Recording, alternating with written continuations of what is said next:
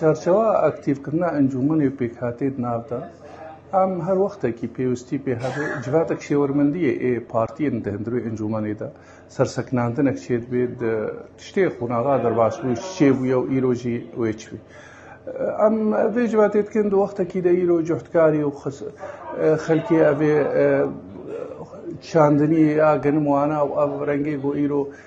wedayê xelkê yanî genimê got salekê çandî û ewna îro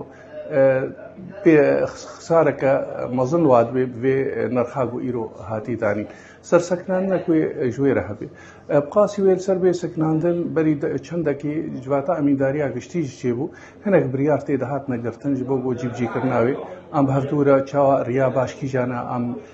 karibin bigirin ji bo em wa biryara cîvcî bikin.